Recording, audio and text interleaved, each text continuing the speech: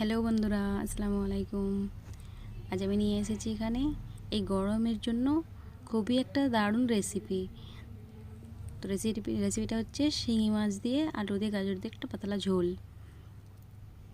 চলো রেসিপিটা বানানো যাক।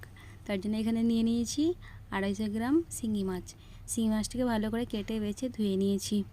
আর নিয়ে নিয়েছি একটা বড় সাইজের পেঁয়াজ, গোটা 4-5 কাঁচা লঙ্কা মাঝখান দিয়ে চিড়ে নিয়েছি। নিয়ে নিয়েছি আলু আর গাজর। তো নুন হলুদ মাখিয়ে নেবো মাছের মধ্যে।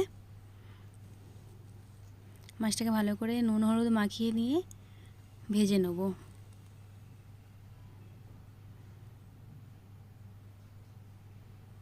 নুন হলুদ মাখানো হয়ে গেছে।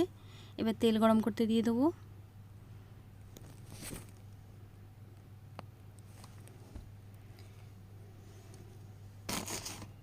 নিয়ে নেবো অল্প পরিমাণ তেল। তেলটাকে গরম করা হয়ে গেছে, দিয়ে দিচ্ছি মাছগুলো একে একে। মাছগুলো একে একে তেলের মধ্যে দিয়ে ভেজে নেব। এক পিঠটা ভাজা হয়ে গেলে ভালো করে তারপরে উল্টে দেবো। আরও এক পিঠটা উল্টে ভেজে নেব। তো এখানে এই মাছগুলো আমি বেশি মচমচে করে ভাজবো না, হালকাই ভাজবো। তো শিঙি মাছের ঝোল করার জন্য বেশি মচমচে করে এখানে ভাজার দরকার নেই, মাছগুলো হালকা ভাজা হলেই হবে। তো তরকারিটা করার জন্য এখানে নিয়ে নিচ্ছি অল্প পরিমাণ তেল। তো ঝোলের জন্য আমাকে বেশি এখানে তেল লাগবে না, অল্প তো তেলেতেই হয়ে যাবে। তো তেলটা গরম হয়ে গেছে, দিয়ে দিচ্ছি কেটে রাখা পেঁয়াজ। পেঁয়াজগুলোকে একটু ভালো করে নেড়ে চেড়ে নেবো।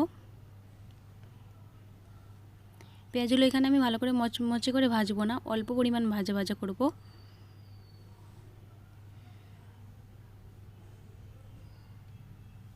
তো পেঁয়াজগুলোকে এইভাবে ভালো করে একটু ঘেটে নেবো, নেড়ে চেড়ে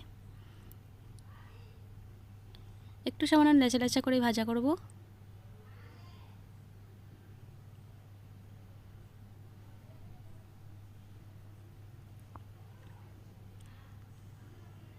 তো পেঁয়াজটা এখানে ভাজা হয়ে গেছে। তো দিয়ে দিচ্ছি কেটে রাখা আলু আর গাজর। এখানে আমি 3টে বড় সাইজের আলু নিয়ে নিয়েছি, মিডিয়াম সাইজের, আর নিয়েছি 3টে মিডিয়াম সাইজের গাজর। গাজরগুলোকেও লম্বা লম্বা করে কেটে নিয়েছি, আর আলুগুলোকেও লম্বা লম্বা করে কেটে নিয়েছি। তা আলু আর গাজরকে তেলের সঙ্গে একটু ভালো করে নেড়ে চেড়ে পেঁয়াজের সাথে মাখিয়ে নেবো। নেওয়ার পরে দিয়ে দেবো 1.5 চামচ মতন লবণ। লবণ দিয়ে আবারও ভালো করে নেড়ে চেড়ে নেবো। লবণ থেকে যে একটা পানি বের হয়, ওই পানিটা শুকিয়ে যাওয়ার পরে দিয়ে দেবো 1 চামচ আদা রসুন বাটা।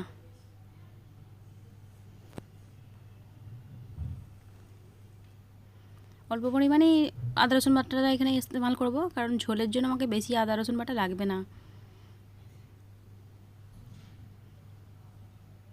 আদা রসুন বাটাটা দিয়ে ভালো করে নেড়ে চেড়ে নেবো, যাতে করে আদা রসুনের কাঁচাপান গন্ধটা চলে যায়।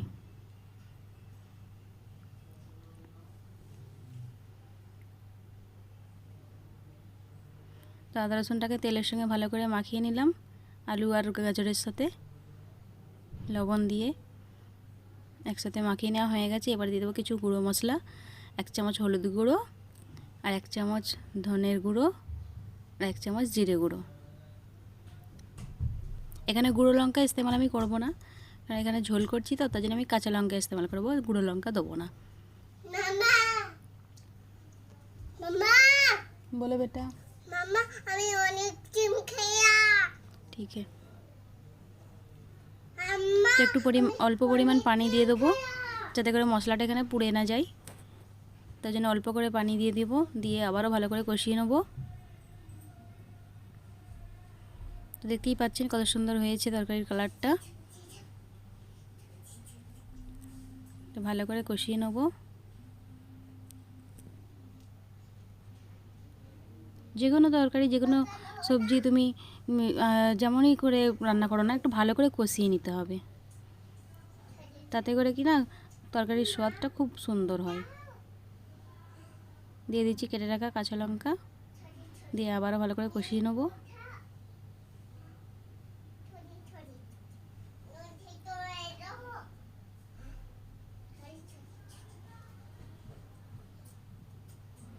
কষানো হয়ে গেছে, আমি এবার দিয়ে দিচ্ছি ঝোল পরিমাণ মতো ঝোল দিয়ে ভালো করে এটাকে আমি ফুটাতে দেবো, যতক্ষণ না তরকারিটা ভালো করে ফুটে যাচ্ছে। তারপর আমি মাছ ভাজাগুলো দেবো।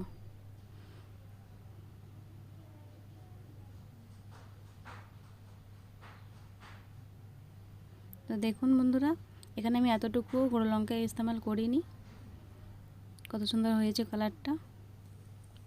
তো একটু ঢাকা দিয়ে তরকারিটাকে আমি ভালো করে ফুটিয়ে নেব।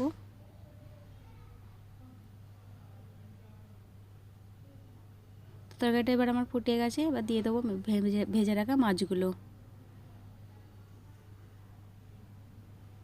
মাছগুলো এবার একে একে দিয়ে দেবো।